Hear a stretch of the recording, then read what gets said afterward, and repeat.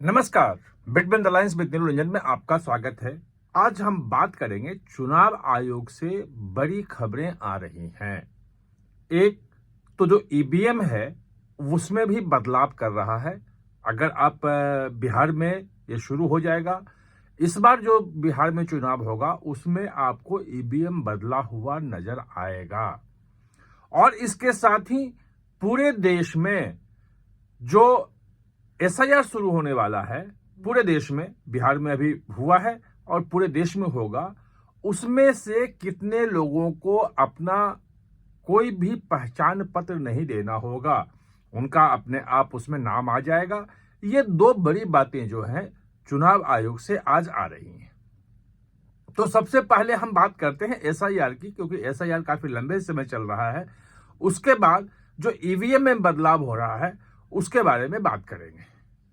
तो एसआईआर में, जैसा कि मैंने पहले आपको कल बताया था, कि जो चुनाव आयोग का अनुमान है कि लगभग 100 करोड़ पूरे देश में मतदाता हैं, उसमें से 15 करोड़ मतदाताओं के नाम कट जाएंगे। क्योंकि उसमें से ये मानना है कि इन मतदाताओं का जो है या तो डेथ हो चुकी है या कई जगह पे इनके नाम है ना, या कहीं विदेश भी चले गए होंगे तो यहाँ नाम पड़ा हुआ है। हो सकता है जो विदेशी हैं अपना सबूत ना दे पाए तो उनका भी नाम कटेगा। तो इस ढंग से जो अनुमान ये है इनका चुनाव आयोग का कि 15 करोड़ मतदाताओं के नाम कट जाएंगे, जो हमने आपको बताया था। एक दूसरा अनुमान ये है कि ये जो 85 करोड़ बाकी बचेंगे 100 करोड़ में से 15 कटने के बाद, उसमें से जो 42-43 करोड़ होंगे, और खैर 7.5 करोड़ तो ये निकाल दीजिए जो इसका बिहार का हो गया है, क्योंकि बिहार उसमें शामिल नहीं होगा, तो लगभग 35 करोड़ पूरे देश में ऐसे मतदाता होंगे जिन्हें अपना कोई भी पहचान पत्र देना नहीं होगा।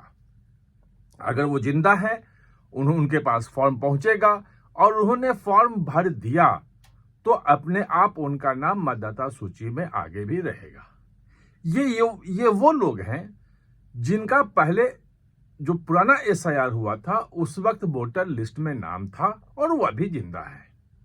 जो अधिकांश राज्यों की बात हो रही है तो 2002 से लेके 2006 तक तमाम राज्यों में एसआईआर हुआ था अलग अलग।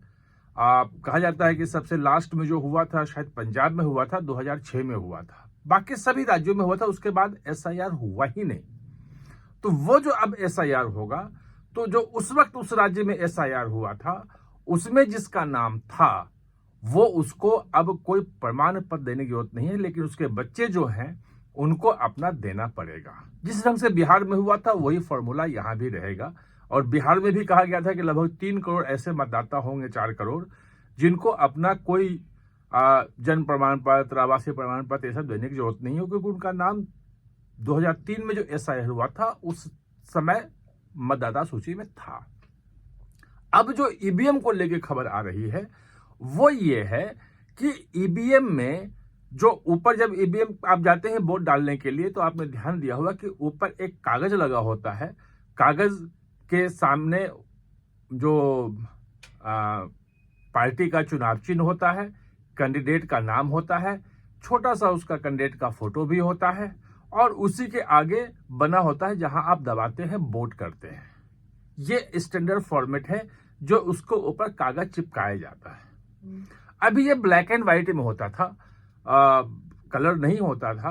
तो जो अब जो फैसला लिया है इस बार, जो अभी बिहार में चुनाव से वो लागू हो जाएगा, कि सभी जो कैंडिडेट हैं उनका कलर फोटो बिल्कुल वहां पे रहेगा। जब पूछा कि भाई कलर की क्या जरूरत है, तो ये शिकायत आई कि बहुत सारे लोग हैं, खासतौर पे जो एक छोटा सा फोटो होता है और ब्लैक एंड व्हाइट होता है तो वो पहचान में नहीं आता है। तो कई लोग जो नाम नहीं पढ़ सकते मतदाता का, और जो सिर्फ उम्मीदवार का चेहरा देख करके वोट देना चाहते हैं, उनको दिक्कत होती थी। तो वो दिक्कत दूर हो जाएगी। अब आप जब वोट डालने जाएंगे तो आपको ईवीएम के ऊपर जितने उम्मीदवार हैं उनका कलर फोटो दिखेगा। एक दूसरा ही बदलाव ईवीएम में आपको दिखेगा कि पहले अलग अलग राज्यों में जो वहां के जो चीफ इलेक्शन ऑफिसर होते थे वो तय करते थे, और जो उम्मीदवार के नाम लिखे होते थे वो कहीं बड़ा होता था, कहीं छोटा होता था, किसी का नाम मोटे अक्षरों में है, किसी का नाम छोटे अक्षरों में। शिकायत आती थी कि हमारा नाम पढ़ने में नहीं आया, ये तमाम चीजें आती थी। अब ये साफ साफ कह दिया है कि सभी कैंडिडेट का नाम जो है, और पूरे देश में बिहार से लागू होगा कि 30 फॉन्ट साइज में नाम लिखा जाएगा, कलर फोटो और वो नाम, ये इस बार उन्होंने तय किया है।